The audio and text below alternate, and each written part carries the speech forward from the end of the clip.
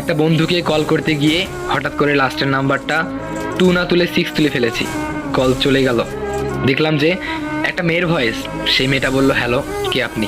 তখন আমি একটু থমকে গেলাম, কি ব্যাপার? আমি ফোন দিলাম আমার বন্ধুকে, ধরলো একটা মেয়ে। তার তো কোনো বোনও নেই, আর তার তো মা অনেক আগেই মারা গেছে। তাহলে ফোনটা ধরলো কে?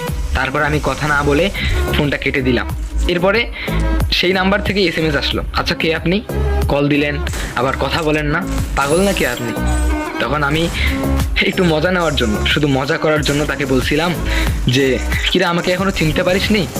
ছি, এই তোর বন্ধুত্ব। এই মেসেজটা আমি তাকে দিলাম। সে বলল, আচ্ছা তুই কি লাবণী? আমি বললাম, এখনো চিনতে পারলি না? তখন সে বলল, না এখনো চিনতে পারিনি তোকে। আমি বললাম যে ঠিক আছে, খাইছিস, খাওয়া দাওয়া করছিস? এইরকম করে কথাবার্তা বলতে বলতে মানে সেই মেয়েটা পরিচয় পায় আমার যে আমিও একটা মেয়ে, SMS-এ কথা বলে। তো তারপরে, আচ্ছা তুই কি রোজা নাই? আমি বললাম যে না, আমি রোজা নেই। তখন সে বলল, এখন আমি তোকে চিনেছি, তুই হলি আমার সেই মোটি বান্ধবী, যে এক মুহূর্ত খাওয়া ছাড়া কিচ্ছু বুঝিস না, তুই শুধু খাওয়া খাওয়া করিস। হ্যাঁ আমি জানি তুই আয়েশা। তখন আমি ওটা সুযোগ পেলাম, ভালোই তো। হ্যাঁ আমি আয়েশা, এই তো চিনতে পেরেছিস। তারপরে সে বলল, মাগরিবের পরে আমি তোকে কল দিব, তোর সাথে কিছু ইম্পর্টেন্ট কথা আছে। তখন আমি ভাবতে শুরু করলাম, মেয়েটা যদি আমাকে কল দেয় আর আমার ভয়েস যদি শোনে ছেলে মানুষের, তখন কি না তো কি ভাববে, তাই না? সো তারপরে আমি বললাম যে আসলে আমি আপনার কোনো বান্ধবী না, আমি একটা ছেলে। তখন সে ইমপ্রেস হয়ে গেল যে কি আজব, আপনি একজন ছেলে আর আমি আপনাকে চিনতেই পারলাম না। তারপরে বললো যে হোক ঠিক আছে, ছেলে হয়েছেন তো কি হয়েছে, আপনাকে কল দিব, ভালো করে কথা বলবো। আমি বললাম যে ঠিক আছে। তো মাগরিবের পরে সেই মেয়েটা আমাকে কল দিল, আমি রিসিভ করলাম, বললাম যে হ্যালো, আই এম সরি, প্রথমেই সরি বলতেছি, কারণ এইভাবে কথা বলাটা আমার উচিত হয়নি। তখন সেই মেয়েটা বললো যে আপনার নাম কি? তখন আমি বললাম আমার নাম শরীফ। তখন আমি বললাম যে আপনার নাম কি? তখন সেই মেয়েটা বললো আমার নাম জবা। তারপরে আমাদের অনেক কথা হয়। তারপরে হঠাৎ করে আমি একদিন জানতে চাইলাম আপনার বাসা কোথায়? তখন সে বলল কুড়িগ্রামে। আমি এটা শুনে অনেকটা থমকে গেলাম, কুড়িগ্রামে? সেখানে তো আমারও বাসা।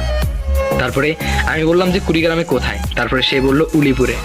আমি বললাম যে আজব তো, উলিপুরে কোন জায়গায়? আমার বাসা তো সেম। তারপরে সে একটা এলাকার নাম বলল, আর সেই এলাকার পাশের এলাকাতেই আমার বাসা।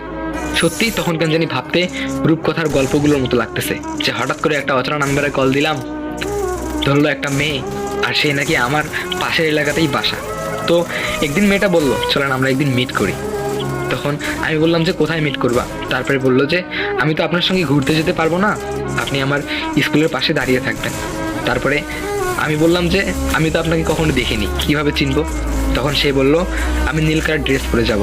আর সেও বলল আপনি কি পরে আসবেন? আমি বললাম যে আমি পাঞ্জাবি পরে যাব।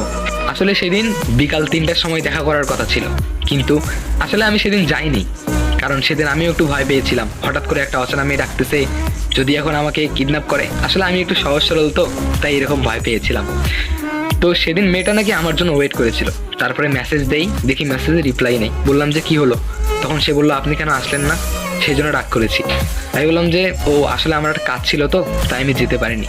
তারপরে মেয়েটা বললো তাহলে আরেকদিন মিট করবো। আমি বললাম যে ঠিক আছে, দেখা যাবে। তারপরে একদিন কি হলো, আমি ওদের এলাকাতেই গেলাম একটা কাজের জন্য। তো তখন আমি ওকে মেসেজ দিয়ে বললাম আমি তো আপনার এলাকাতে আসছি একটা কাজের জন্য, এখন কি মিট করবেন? তখন মেয়েটা বললো আমার প্রাইভেট এই মাত্র ছুটি দিল, আপনি ওই মুদিখানার, যে বড় মুদিখানার দোকানটা আছে সেই মুদিখানার দোকানের সামনে দাঁড়ায় থাকবেন, আর আমিও যাব। তখন আমি বললাম আপনি কি কালার ড্রেস পরবেন? তখন